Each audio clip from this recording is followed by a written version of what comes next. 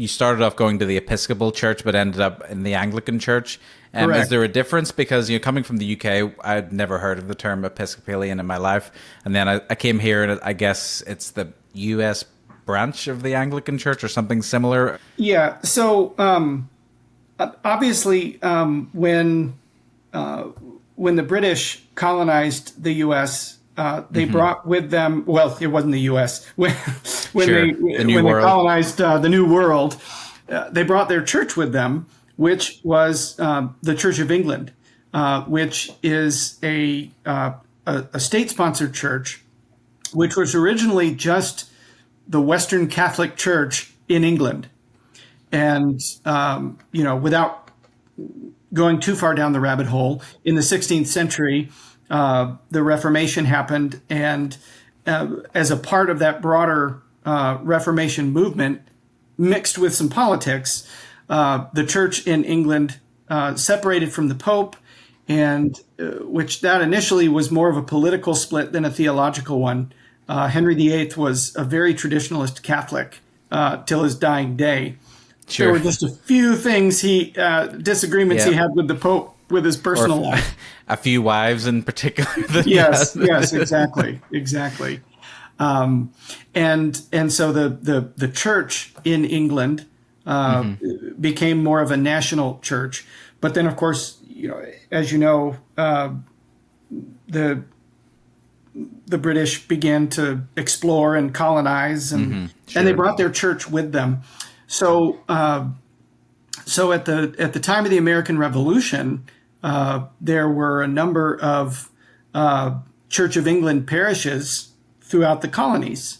And there were other religions too, because that was kind of the whole point was right. Freedom of religion. But there were Church of England parishes.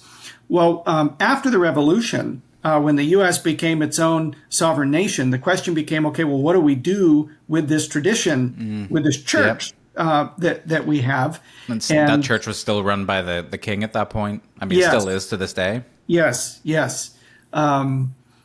But we can't really call it the Church of England anymore because we're no longer English subjects. But the church itself, its liturgy, its doctrine, its polity, all of those things, we want to keep it. So it became known as the Protestant Episcopal Church in the United States of America. And Protestant, obviously, to distinguish it from the Roman Catholic Church, but Episcopal to signify that, unlike most of the other Protestant denominations, it was governed by bishops. And that's where that word Episcopal comes from. It's the Greek word episkopos means bishop or overseer. And so that was the term for it. Now, again, not to go too far into the weeds, but in the first decade or so of the 21st century, there was tremendous upheaval in the U.S. Episcopal Church regarding a number of doctrinal and discipline issues with regards to human sexuality, with regards to the doctrine of Jesus himself, things like that.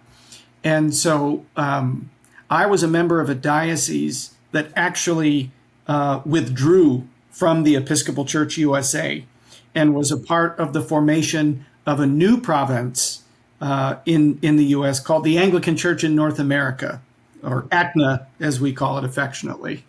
And so ACNA is what I'm a part of now. Okay. Did you all go back to being under the king's leadership then at that point? We did not. In fact, the State Church of England has very much gone in the direction that the U.S. Episcopal Church this is what I've heard.